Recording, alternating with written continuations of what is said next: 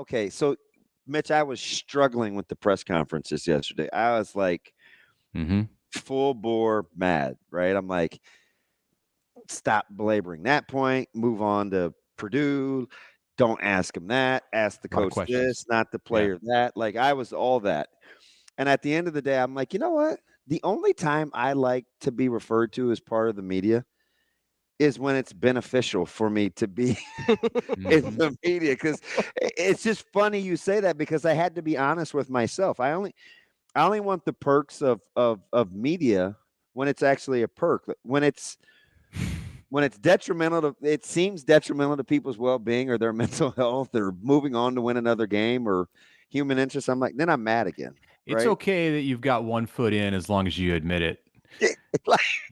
Thank you. I want to let myself off the hook. I'm like, hey, look, I mean, I kind of feel the same way. And I don't know if this is like where your frustrations lie, but it's Tuesday and the game was Friday and we've all been over it a lot. And I don't think I'm pretty sure based on what I see as far as like the what people are consuming, and I have some ability to view that at my job. We can track it.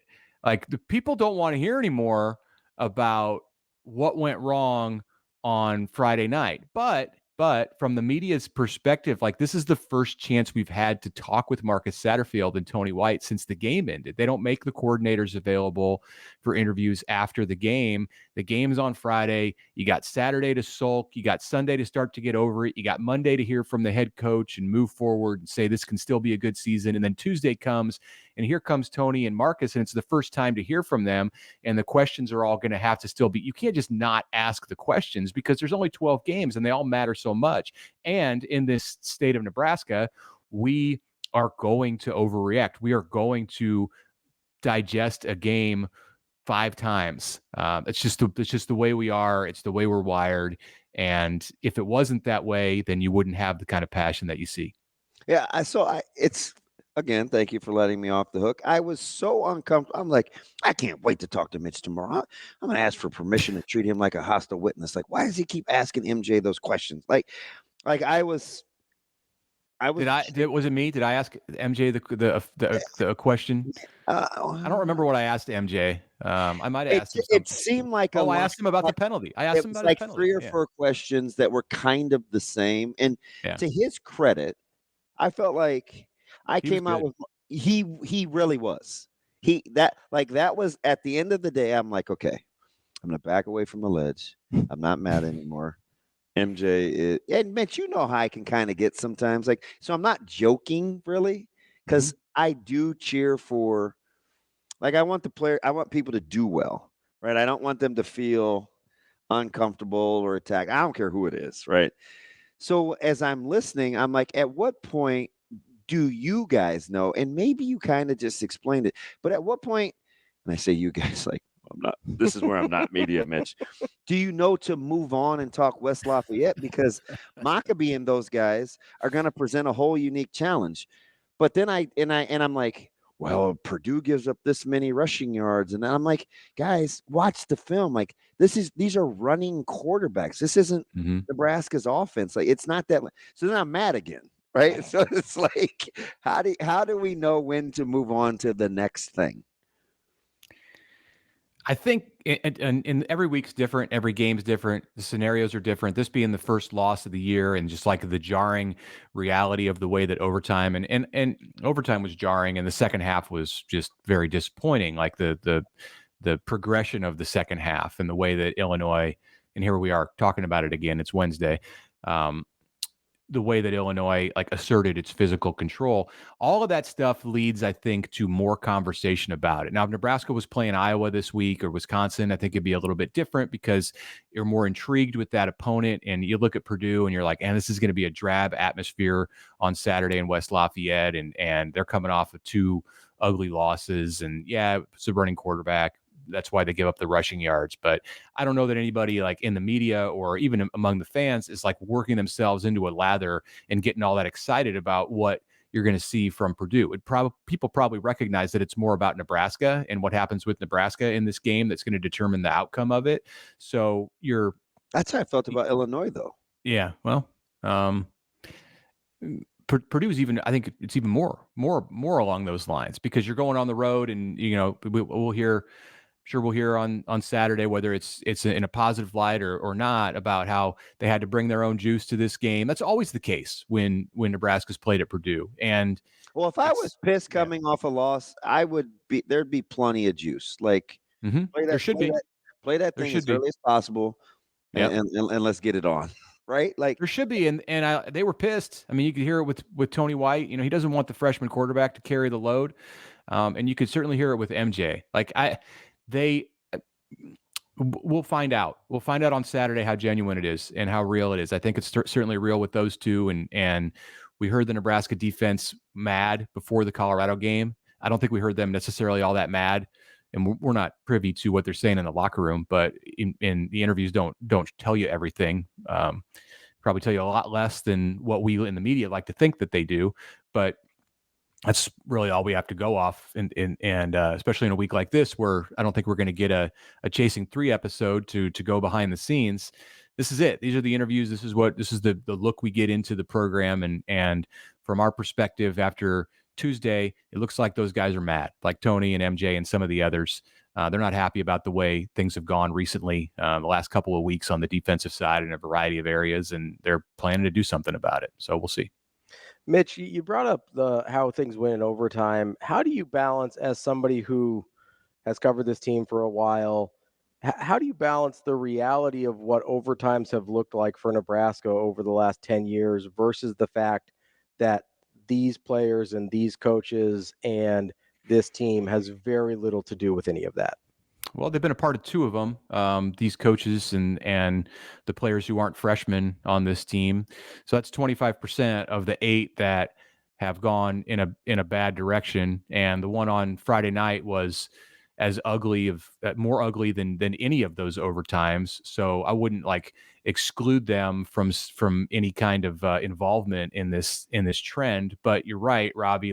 It does predate anyone who's even a part of this program on the coaching staff or player side.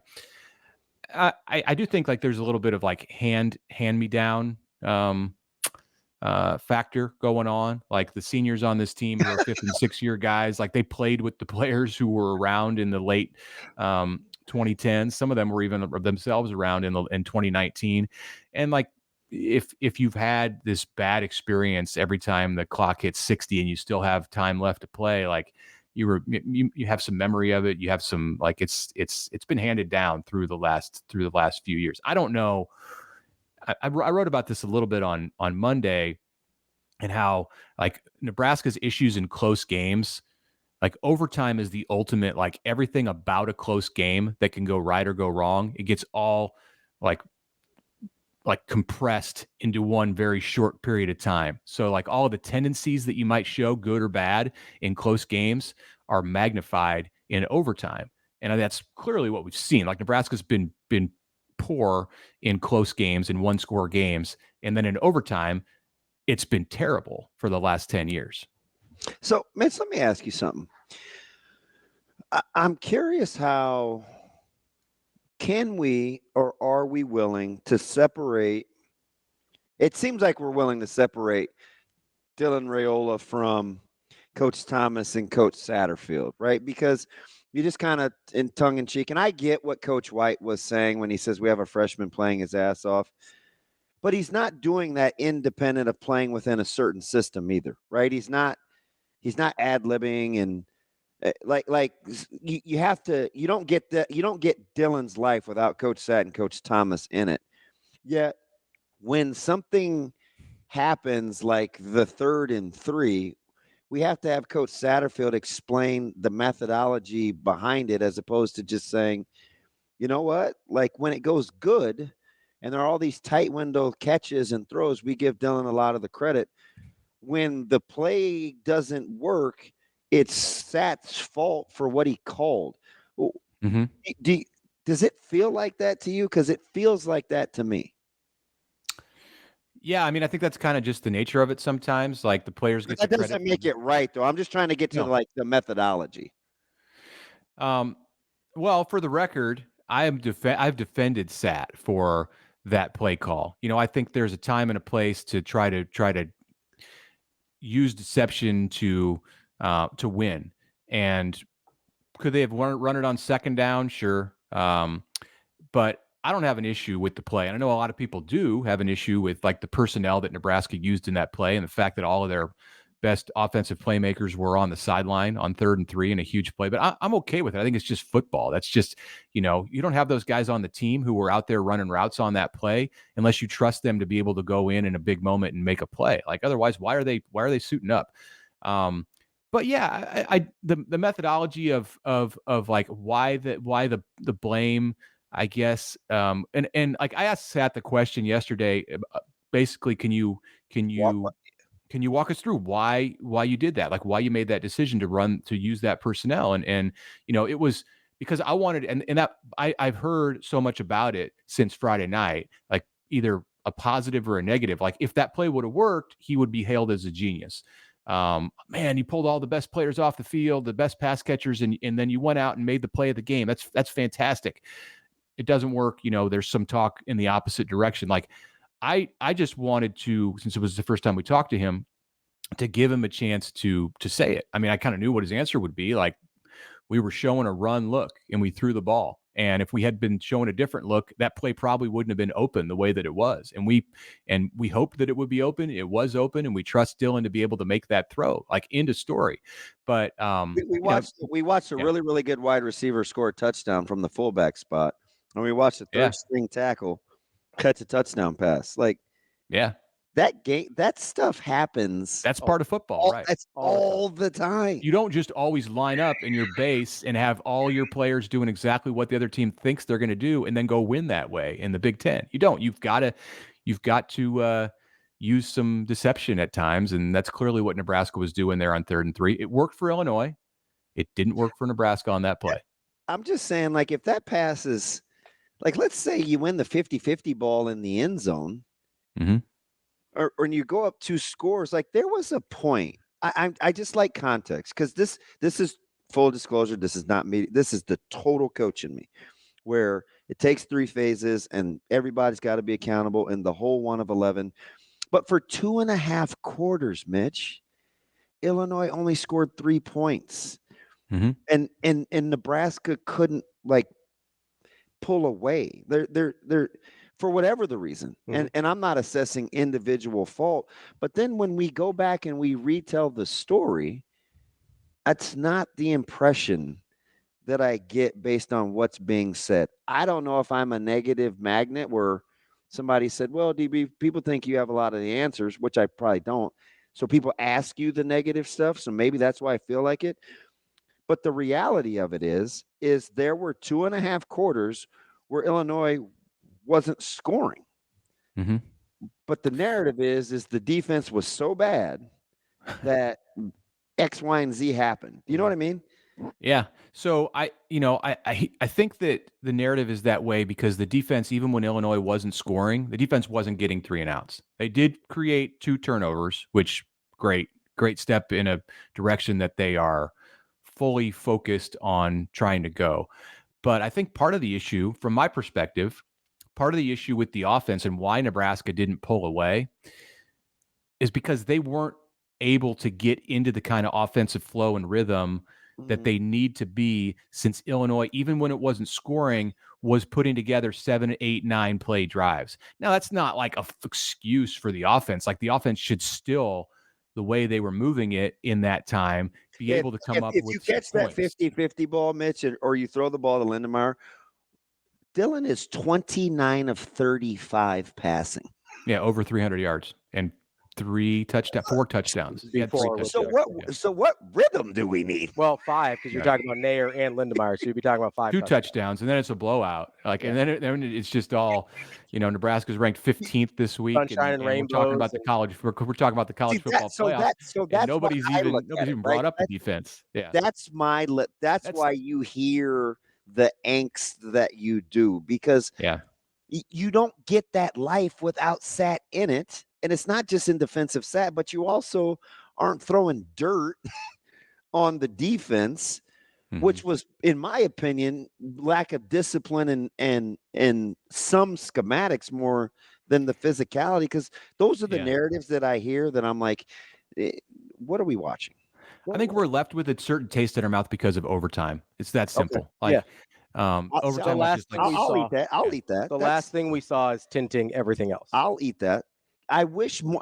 Okay, I'll eat that. I think there would have been different narratives about that game. I know that I had to basically take everything that was on my computer screen that I was doing. We normally have like these takeaways that we put on the Athletic at the end of the game. I mean, seriously, at the end of the game, like we try to get something posted for the fans to be able to see right away. Like, and these have to be written in the second half and sometimes even in the first half. And at the end of that game, because of the way overtime went, I just said, delete everything that I had, like everything that I like determined, or everything that went through my head about the way that I should feel about that game, the way that fans, what I would want to get across to them. Like I had to start over because overtime was that. It just changed the perspective that much. Should it have? I don't know, but I think that's like the emotional response that just about everybody had. Yeah, and Mitch, I think that's a really good point, because that's kind of the difference I'll eat that. between some, how fans process the game versus how coach processes the game versus how players process the game, right? Because I think we can sit here, and somebody actually brought this up earlier about how they thought maybe Coach Rule was treating Dylan Raiola with kid gloves a little bit. Oh, my man, didn't he? And I sit there and I go, okay, was he perfect? Absolutely not.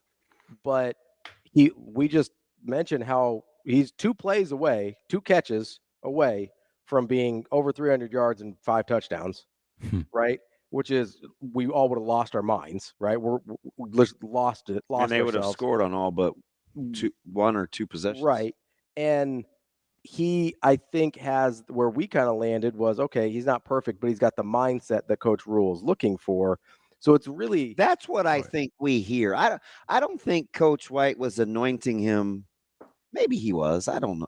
Yeah, that's not the impression so when Coach White said, when we have a freshman playing his ass off, I looked at that like, this guy is exceeding our expectations. He's playing well enough to win us games, let alone keep us in games. Significantly better than a year ago. We got to hold up our end of it. I didn't hear, hey man, he's like he's untouchable, or the gold. What's the joke? The golden child. Yeah, whatever. That wasn't my takeaway from that. My takeaway was he's doing enough to let us win. He's doing enough where we need to be better. Yeah, it's a results based. It's a results based system, and sacred cow. The fact the winner loss, can be decided on these little tiny. These little tiny factors, like, did a receiver come down with the ball in the end zone? Did the quarterback overthrow somebody by 2 feet? These kind of things, don't necessarily change the way that a team should assess the way that how it played in a game, but it totally changes the way that we view it in the aftermath, because this is also results based. I mean, we don't even talk about, like, I think, take the stuff aside that you guys mentioned on the 2 potential touchdowns taken away. Nebraska comes out, gets a defensive stop to start the third quarter. Dylan hits a big throw, I think, to Isaiah Nair, gets him up near midfield, and it's 17-10. And they get in a situation on like a 3rd and 4, and Illinois made a nice little breakup over the middle. If that pass is completed, like if they can find a way to get that first down and roll to a touchdown, it's 24-10, and I think the game's over at that point. And the defense plays. Yeah, I said last night on Big Red Wrap Up, there was a point. Mitch, I went from being mad at you to like, I'm cool. There was this point where I felt like Illinois was about out. Like, for all the talk we said after the game about what they were and their game plan and Bielema is this and that, there was a stretch for about 6 minutes where I'm like, if Nebraska scores, Illinois is going to tap.